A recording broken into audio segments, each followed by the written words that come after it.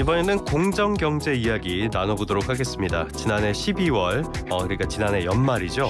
공정위가 경쟁 제한적 규제를 개선했다라고 발표를 했습니다. 경쟁 제한적 규제라는 게 그렇게 와닿진 않는 단어인 것 같아요.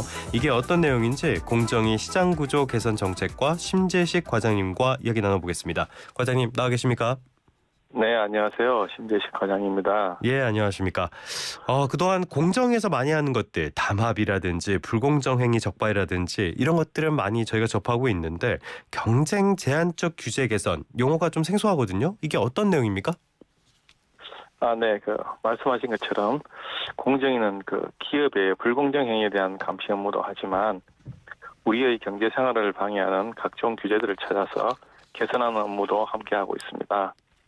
기업이 자유롭게 경영 활동을 해야 혁신이 일어나고 가격과 서비스 경쟁이 촉진되는데 과다한 규제가 있다면 그렇지 못한 경우가 많이 생기게 되거든요. 그리고 규제가 만들어질 당시에는 필요했지만 시장 상황이 바뀌거나 기술이 발전하면서 불필요해진 규제들도 많이 있어요. 특히 독과점 시장에서는 규제로 인하여 새로운 기업이 시장에 진출하지 못하여 기존 독과점 기업들의 지위가 더더욱 공고화되는 경우도 있습니다. 이렇게 인입 제한 규제나 기업의 활동을 제한하는 각종 규제들을 경쟁 제한적 규제라고 보시면 되고요. 공정위에서는 이러한 규제들을 발굴해서 소관 부처와 협의해서 개선 방안을 마련하고 있습니다. 진입 제한 규제나 기업의 활동을 저해하는 각종 규제. 이런 것들 대표적으로 어떤 게 있을까요? 예를 들자면은 정부 양곡 도정 시장에서의 규제 개선이라는 게 있는데요. 말씀을 드릴게요. 예. 우리 정부에서는 일정 비율의 양곡을 매입하거나 수입을 해서 따로 지금 관리를 하고 있습니다. 이러한 정부 양곡은 군부대나 복지 교정시설, 쌀 가공업체 등으로 유통되고 있는데요. 정부에서는 이러한 양곡의 효율적 관리와 부정 유통을 방지하기 위해서 도정하는 업체를 전국에 120개로 제한하고 있습니다. 그런데 관련 규정을 살펴보면요. 이러한 도정 계약 기한이 끝나고 나면 기존에 계약을 했던 업체와 다시 계약을 하도록 제한하고 있어요. 예. 이 때문에 신규 업체들은 이러한 정부 양곡 도정 업무를 할 수가 없습니다. 전형적인 어떤 진입 제한 규제가 됩니다. 네. 알겠습니다. 이 내용을 들어보니까 사례가 떠오르는 게 몇 개가 있는데 말씀드리긴 좀 곤란하지만요. 아무튼 당연히 새로 경쟁할 신규 업체가 없으니까 기존 업체들이 굳이 시설 투자나 서비스 품질을 높일 이유가 없잖아요. 실제로도 그랬습니까? 네. 말씀하신 것처럼 시장에 경쟁이 없게 되니까 물론 일부 업체의 문제이긴 합니다만은 시설이 노후화되고 이에 따라 양곡에 이물질이 혼합되는 경우도 있어요. 따라서 도정 품질에 문제가 발생하는 경우가 많이 생기고 있습니다. 그래서 농림부와 협의해가지고 일정 기준에 미치지 못하는 업체는 배출을 시키고 신규 업체들도 정부 양곡 도정을 할 수 있도록 이번에 개선을 하였습니다. 이렇게 개선이 되면은 향후에는 도정 시장의 경쟁이 촉진이 되고 도정 공장들의 시설 투자도 확대되고 도정의 품질 향상도 기대할 수 있을 걸로 보입니다. 경쟁이 없다면은 도태될 수밖에 없으니까 당연히 경쟁 당국에서 이런 부분들 많이 신경 써주셔야 될 것 같습니다.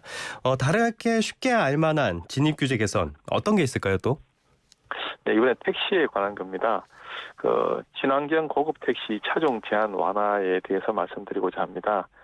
택시 차종을 보면요, 경형, 소형부터 모범, 고급까지 구분되어 있는데요.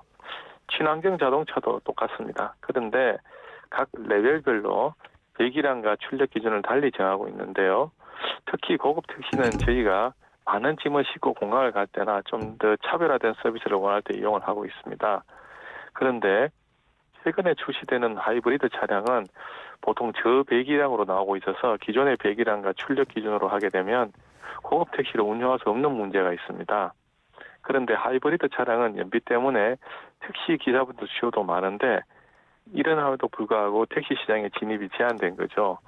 그래서 국토부와 협의를 해서 배기량과 출력 기준 외에 별도의 기준을 추가해서 최근에 출시되는 하이브리드 대형 차량도 고급 택시로 운영할 수 있도록 하였고요.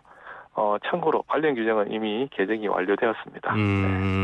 알겠습니다. 중고차 그리고 의료기기 수리와 관련된 이야기도 있다고 하던데 이거는 어떤 내용인가요? 네, 중고차를 매매하는 사업자는 중고차 상태를 점검한 내용을 기록해서 소비자에게 교부를 해야 되는데요. 이를 자동차 성능 상태 점검 기록부라고 합니다. 그런데 소비자들이 중고차 구매할 때 가장 중요하게 생각하는 것 중에 하나가 차량의 수리 유무 아니겠습니까? 그런데요, 이 성능 상태 점검 기록부에 사고 이력을 적도록 하면서 사고 이력은 차량의 주요 골격 부위에 수리가 있었던 경우만을 의미하는 것으로 정의하고 있어요. 다시 말해서 차량 후드 부위나 때로는 문짝 전체를 교체했다 하더라도 이게 차량의 주요 부위, 골격 부위가 아니니까 사고 이력이 없음으로 표시됩니다. 이렇게 되면 사정을 잘 모르는 일반 소비자들은 이걸 무사고 차량으로 오인할 가능성도 있지 않겠습니까? 네네. 네. 그래서 이번에 국토부와 저희가 협의를 해서 사고 이력으로만 표시하지 말고 차량의 수리 정도를 기록하자. 즉 중대한 수리를 했는지 경미한 수리를 했는지를 모두 기록해서 소비자들이 차량을 구입할 때 참고하도록 하였습니다. 알겠습니다. 이렇게 된다면은 소비자들도 중고차에 대한 조금 더 정확한 정보 받아볼 수 있겠는데 의료기기 수리에 대한 내용 이거는 어떤 내용입니까? 네, 질병을 진단하거나 처치 또는 예방을 목적으로 사용되는 기구나 기계 등을 모두 의료기기라고 합니다. 그런데 진료할 때 사용되는 조명 등 휠체어, 엑서선 촬영 장치 같은 것들이 모두 의료기기에 포함되는데요. 이런 의료기기를 수리할 때는 원칙적으로 성능이나 구조 등을 변환하는 것은 금지됩니다. 다만 예외적으로 안전성 등에 영향이 없는 범위에서 외관을 바꾸는 정도의 경미한 수리만 허용되고 있는데요. 그런데 이렇게 허용되는 의료기기 수리의 범위가 좀 좁다 보니까 의료기기 수리 시장의 활성화와 소비자들의 불편이 계속 있어 왔습니다. 그래서 앞으로는 시약처가 의료기기의 안전성 등에 영향이 없는 범위 내에서는 허용되는 수리의 대상과 그 관리 방안을 좀 더 검토를 했어요. 경미한 수리 범위에 관한 개선 방안을 마련하기로 했습니다. 알겠습니다. 여러 가지 개선 조치들이 있는 것 같은데 끝으로 청취자분들께 전하고 싶은 말씀이 있다면 어떤 게 있을까요? 네, 규제라는 것은 사실 한번 만들어지고 나면은 관련된 이해들이 굉장히 많아지게 됩니다. 해서 스스로 완화되거나 없어지기는 굉장히 어렵습니다. 따라서 이 규제 개선은 지속적으로 노력하고 추진될 수밖에 없습니다. 특히 시장의 경쟁을 제한하는 규제는 기업의 혁신 의지를 꺾고 기업 부담과 국민 불편을 야기한다는 측면에서 그 개선의 필요성은 매우 크다고 볼 수 있는데요. 앞으로도 우리 공정거래위원회는 우리 경제의 건전한 경쟁을 활성화하기 위해서 적극적으로 규제 개선 노력을 지속할 계획입니다.